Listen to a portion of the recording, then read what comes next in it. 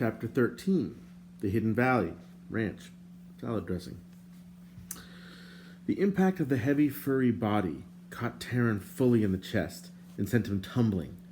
As he fell, he caught a glimpse of Fluter. The bard, too, had been borne to earth under the paws of another wolf. Islandwe still stood, though a third animal crouched in front of her. Taryn's hand flew to his sword. The gray wolf seized his arm. The animal's teeth, however, did not sink into his flesh, but held him in an unshakable grip. At the end of the ravine, a huge robed figure suddenly appeared. Melangar stood behind him.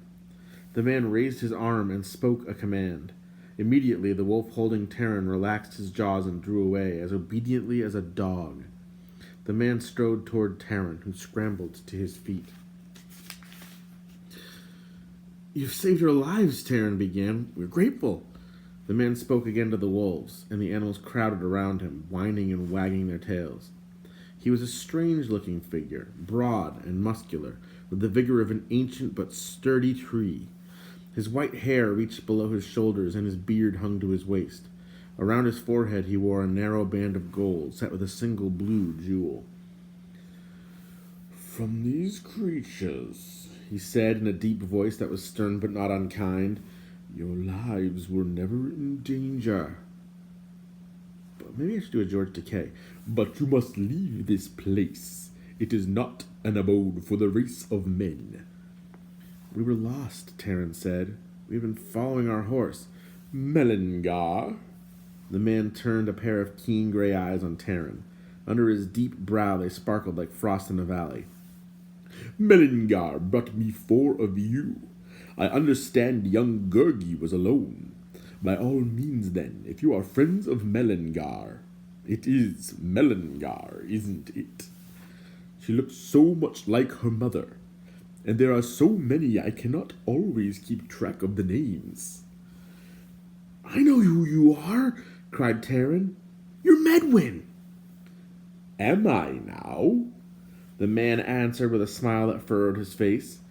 "Yes, I have been called Medwin. But how should you know that?" "I am Taryn of Caer Dalbin. Gwydion, Prince of Dawn, was my companion, and he spoke of you before his death. He was journeying to Caer Dathel, as we are now. I never hoped to find you."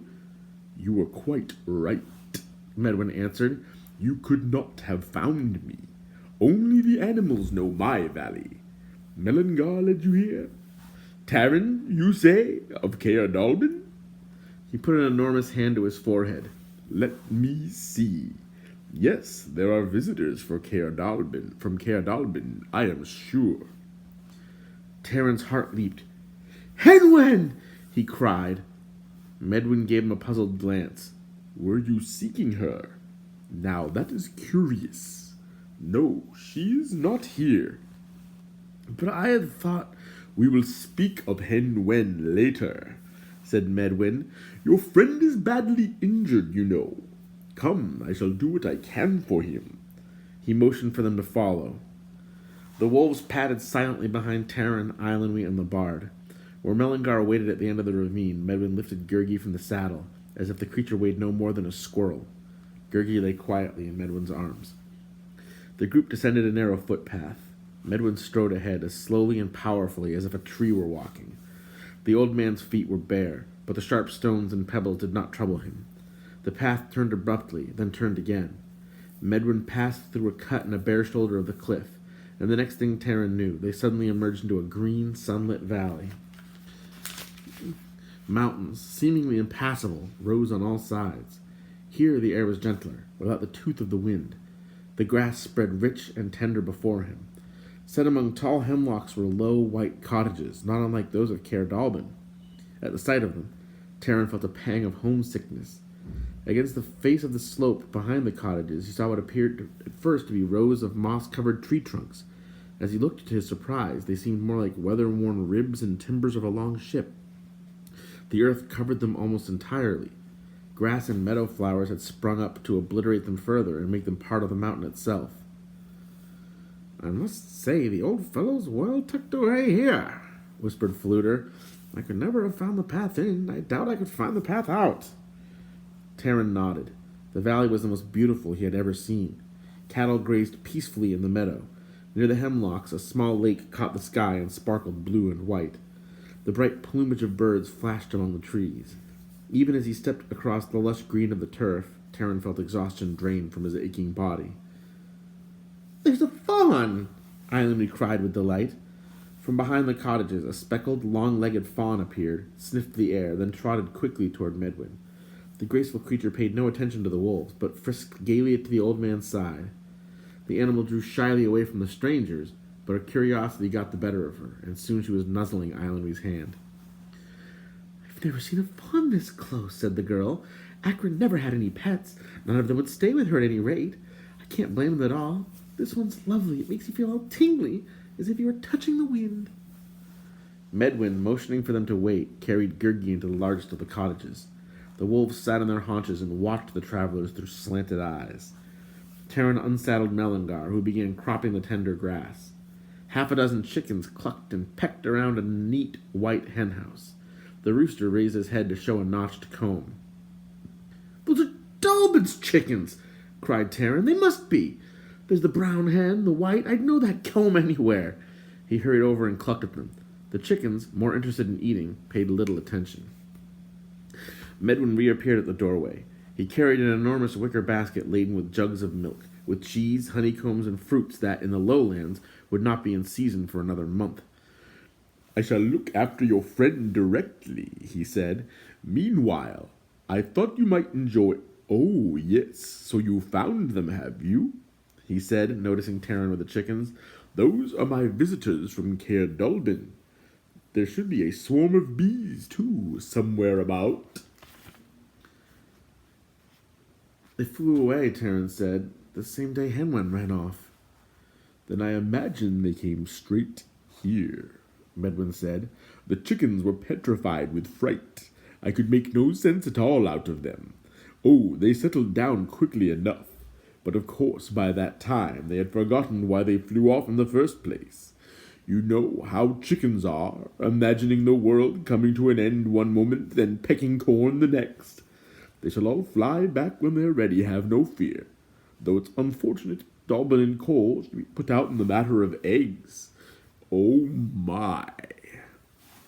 He doesn't actually say it.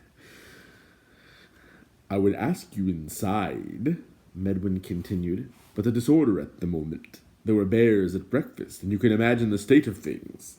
So I must ask you to attend to yourselves. If you would rest, there is straw in the byre. It should not be too uncomfortable for you." The travelers lost no time helping themselves to Medwin's provisions or finding the byre. The sweet scent of hay filled the low-ceilinged building. They scooped out nests in the straw, uncovering one of Medwin's breakfast guests curled up and fast asleep. Fluter, at first uneasy, was finally convinced the bear had no appetite for bards, and soon began snoring. Eilenry dropped off to sleep in the middle of one of her sentences. Terran had no desire to rest. Medwin's valley had refreshed him more than a night's slumber. He left the byre and strolled across the meadow. At the far side of the lake, otters had built a slide and were amusing themselves by tumbling down it. At Terran's approach, they stopped for a moment, raised their heads to look at him as though he was unable to join them, as though sorry he was unable to join them, and returned to their game. A fish broke water in a twinkle of silver scales. The ripples widened until the last of them lapped gently at the shore. Medwin, Terran saw, had gardens of both flowers and vegetables behind his cottage. To his surprise, Terran found himself yearning to work with Cole in his own vegetable plot. The weeding and hoeing he had so despised at Caer Dallben now seemed, as he thought of his past journey and the journey yet to come, infinitely pleasant. He sat down by the rim of the lake and looked across the hills. With the sun resting above the peaks, the wooden skeleton of the great ship stood out sharply against the mound which neatly enveloped it. He had little chance to study it, for Medwin appeared, walking deliberately across the field. The fawn trotted beside him. The three wolves followed. With his brown robe and white hair, Medwin looked as broad and solid as a snow-capped mountain. "Gurgi is more comfortable than he was," the ancient man said in his deep voice. The fawn danced at the lake shore while Medwin ponderously sat down and leaned his huge head toward Terran. "He will recover well. There is no longer any danger. Not at least while he is here." "I've thought long of Gurgi," Terran said, looking frankly into the old man's gray eyes. He explained then the reason for his journey and the events leading to Gurgi's accident. Medwin listened carefully, head cocked to one side, thoughtful, while Terran recounted Gurgi's willingness to sacrifice his own life rather than endanger the others. At first I wasn't too fond of him, Terran admitted. Now I've begun to like him in spite of all his whining and complaining. Every living thing deserves our respect, said Medwin, knitting his shaggy brows, be it humble or proud, ugly or beautiful. I wouldn't want to say that about the Gwythaints, Terran answered. I feel only sorrow for those unhappy creatures, Medwin said. Once, long ago, they were as free as other birds, gentle and trusting. In his cunning, Aaron lured them to him and brought them under his power. He built the iron cages which are now their prison house in Anuvin. The tortures he inflicted on the Gwythaints were shameful and unspeakable. Now they serve him out of terror. Thus would he strive to corrupt every animal and primate, no less than the race of men. That is one of the reasons I remain in this valley. Here Aaron cannot harm them. Even so, were he to become ruler of this land, I doubt I could help them all. Those who fell to his clutches would be counted fortunate if they perished quickly. Terran nodded. I understand more and more why I must warn the Sons of Dawn. As for Gurgi, I wonder if it wouldn't be safer for him to stay here. Safer? Asked Medwin. Yes, certainly. But you would hurt him grievously were you to turn him away now. Gurgi's misfortune is that he is neither one thing nor the other at the moment. He has lost the wisdom of animals and has not gained the learning of men. Therefore, both shun him. Were he to do something purposeful, it would mean much to him. I doubt he will delay your journey, for he will be able to walk as well as you, but tomorrow, easily. I urge you to take him. He may even find his own way of serving you. Neither refuse to give help when it is needed, Medwin continued, nor refuse to accept it when it is offered. Gwither, son of Gredal, learned that from a lame ant, you know. A lame ant? Terran shook his head. Dalbin has taught me much about ants, but nothing of a lame one. It is a long history, Medwin said, and perhaps you will hear all of it another time. For the moment, you need only know that when Kilhuch, or was it his father? No, it was young Kilhuch. Very well. When young Kilhuch sought the hand of the fair Olwen, he was given a number of tasks by her father, Ispadaden. He was chief giant at the time. What the tasks were does not concern us now, except they were very nigh impossible, and Kilhuch would not have accomplished them without the aid of his companions. One of the tasks was to gather 9 bushels of flaxseed, though there was scarcely as much in all the land. For the sake of his friend, Gwither, son of Gredal, undertook to do this. While he was walking over the hills, wondering how he might accomplish it, he heard a grievous wailing from an ant-hill. A fire had started around it, and the ants were in danger of their lives. Gwither, yes, I'm quite sure it was Gwither, drew his sword and beat out the fire. In gratitude, the ants combed every field until they had collected 9 bushels. Yet the chief giant, a picky and disagreeable sort, claimed the measure was not complete. 1 flax seed was missing and must be delivered before nightfall. Gwither had no idea where he could find another flax seed, but at last, just as the sun had begun to set, up hobbled a lame ant carrying a heavy burden. It was a single flax seed, and so the last measure was filled. I have studied the race of men, Medwin continued. I have seen that alone you stand as weak as reeds by a lake. You must learn to help yourselves, that is true, but you must also learn to help one another. Are you not, all of you, lame ants? Terran was silent.